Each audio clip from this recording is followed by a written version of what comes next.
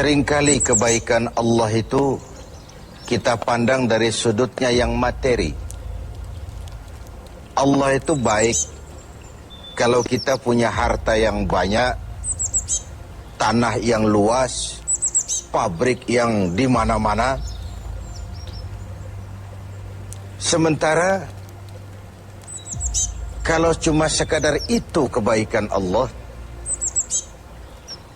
terlalu sedikit orang yang mendapatkannya. Padahal kebaikan Allah tidak pernah berhenti dan meliputi seluruh makhluk yang hidup ini. Karena itu pada kesempatan jumpa sore ini, saya ingin mengajak kita melihat kebaikan-kebaikan Allah dalam bentuk yang lain. Bahwa kita diberikan harta yang banyak, itu kebaikan Allah. Diberikan tanah yang luas, itu juga kebaikan Allah. Diberikan perusahaan, pabrik di mana-mana, itu juga kebaikan Allah. Tapi tidak terbatas kepada itu. Ada kebaikan-kebaikan yang non-materi, yang malah justru itulah esensi kebaikan itu. Mari kita renungkan sebuah hadis di mana baginda Rasul bersabda, arba'atun man u'tiyahunna faqad u'tiya khairat dunya wal akhirah. Ada 4 hal. Siapa yang oleh Allah diberikan ke-4 hal ini, sungguh dia telah diberikan kebaikan dunia dan sekaligus kebaikan akhirat. Kebaikan dunia juga kebaikan akhirat. Ini berarti belum tentu yang baik di dunia menurut kita akan berbuntut baik juga di akhirat. Tapi orang yang diberikan 4 hal ini, dia sungguh diberikan kebaikan dunia dan juga kebaikan akhirat nanti. Apa 4 perkara ini? Yang pertama, qalban syakira. Orang yang oleh Allah diberikan hati yang pandai bersyukur. Ada ungkapan, my heart is my home. Hatiku adalah rumahku. Kalau luas hati, rumah yang kecil besar rasanya. Kalau sempit hati, rumah yang besar pun kecil jadinya. Kalau hati sempit, rumah pun kecil, kiamat namanya. Orang yang hatinya pandai bersyukur, bisa mensyukuri nikmat. Dan dengan dia bersyukur, semakin bertambah nikmat itu kepadanya. Banyak orang kaya harta, tapi miskin hati. Ini gejala zaman kita sekarang. Di tengah gemerlapnya harta, dia tidak tahu mau diapakan harta yang banyak itu. Orang-orang sufi menjelaskan bahwa kaya itu ada 2 macam. Ada kaya majazi dan kaya hakiki. Yang disebut kaya majazi, kaya artifisial. Lahirnya dibaluti harta, tapi hatinya miskin. Hidupnya sudah serba ada, tapi dia masih merasa kurang. Rumahnya sudah titik air liur orang melihatnya, tapi dia masih merasa belum apa-apa. Mobilnya berdecak orang kagum melihatnya, tapi dia rasakan itu pun masih belum. Maka dia selalu miskin. Dalam sebaya cukup dia masih merasa kurang, maka hidupnya pun selalu kekurangan. Orang yang diberikan hati yang kaya, sungguh sebuah kebaikan. Hati yang kaya, hati yang luas.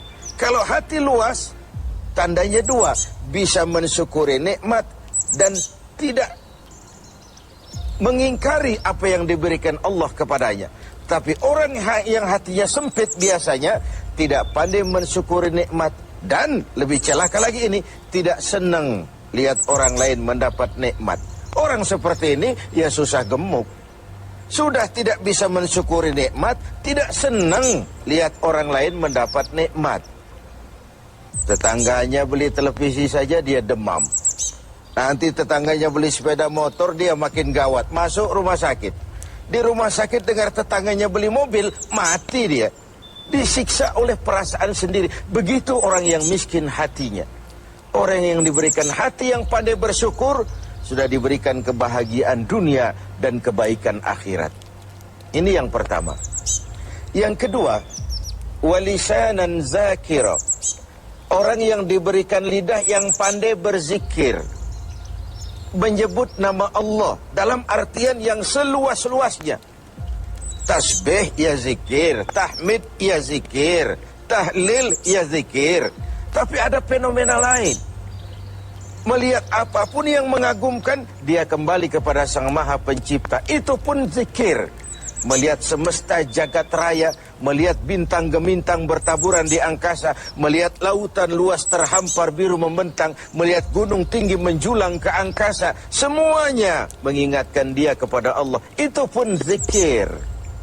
Diberikan lidah yang pandai berzikir, mengingat Allah dalam segala keadaan. Dan bukankah Islam mengajarkan seperti itu? Dari hal-hal yang paling kecil, memulai pekerjaan, bismillah. Melihat sesuatu yang hebat, Masya Allah. Melihat sesuatu yang luar biasa, Subhanallah.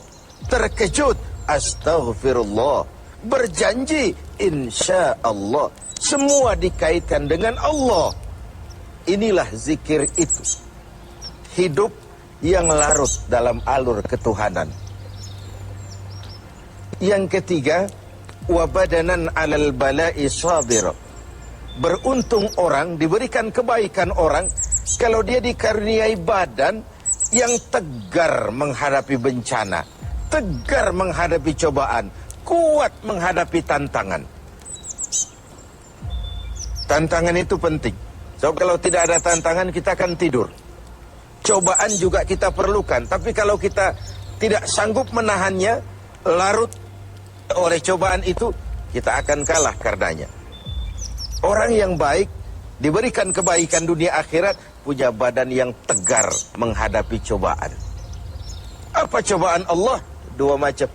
Satu ayat menjelaskan, وَنَبْلُوكُمْ بِالْخَيْرِ وَالشَّرِّ. Kami akan coba, kami akan uji kamu dengan yang baik dan dengan yang tidak baik, dengan yang enak dan dengan yang tidak enak, dengan yang menyenangkan dan dengan yang tidak menyenangkan.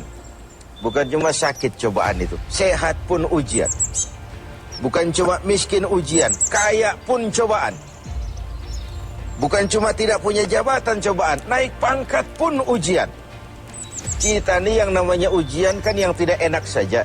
Kalau sudah sakit, ya Allah, sedang diuji. Sehat, lupa daratan. Miskin, ujian. Setelah kaya, lupa bahwa itu juga ujian. Fenomenanya apa? Banyak orang lulus ketika diuji dengan kemiskinan, tapi gagal berantakan setelah diuji dengan kekayaan. Ketika miskin dia hamba Allah, setelah kaya dia pindah menjadi hamba harta. Belum pernah ada orang datang mengeluh, Pak Ustadz, saya sedang diuji oleh Tuhan. Kenapa Pak? Uang saya sedang banyak. Belum pernah. Kalau sudah bangkrut, miskin, baru merasa diuji. Bukankah sejarah syarat dengan contoh? La nufarriqu baina ahadim min rusuli. Kami tidak membeda-bedakan para rasul. Tidak ada rasul yang dianak emaskan. Semuanya diuji, semuanya ditempa, semuanya digembleng. Semuanya tegar seperti batu karang di tengah samudra. Walau tiap hari dihempas ombak, dihantam gelombang, dia tetap berdiri dengan tegar. Begitulah orang yang diberikan kebaikan oleh Allah. Lain dengan orang yang loyo, sedikit kena kesulitan seperti ayam sampar, kerakap tumbuh di batu, hidup segan mati pun tak mau. Skeptis, pesimis. Apa yang bisa kita lakukan kalau dasar hidup kita sudah skeptis dan pesimis itu tadi? Hidup ini adalah cobaan. Semakin tinggi kualitas keimanan, semakin berat cobaan itu. Semakin kokoh berpegang kepada agama, semakin kuat pula cobaan datang menerpa. Yang terakhir, orang yang diberikan kebaikan dunia akhirat, wa zaujatan salihatan, diberikan istri yang salihah, pendamping. Tidak ada suami bisa sukses jadi apapun dia tanpa peran serta dan dukungan istrinya. Itu sebabnya baginda Rasul menikah dengan Sayyidatuna Khadijah. Apa yang jadi pertimbangan beliau? Mengawini seorang janda yang umurnya 15 tahun lebih tua pula dari beliau. Kalau sekedar memperturutkan hawa nafsu, mestinya tidak Khadijah yang dipilih oleh baginda Rasul. Mestinya Kalau istilah kita sekarang cari ABG saja. Tapi jelas baginda Rasul bukan cuma sekedar mencari istri, beliau mencari seorang pendamping. Apa bedanya ini? Tiap perempuan bisa jadi istri, memang, tapi tidak tiap istri bisa jadi pendamping. Rumah tangga adalah awal kesuksesan kita di tempat lain. Karena itu, kalau diberikan istri yang solehah, itu sudah kebaikan dunia dan kebaikan akhirat.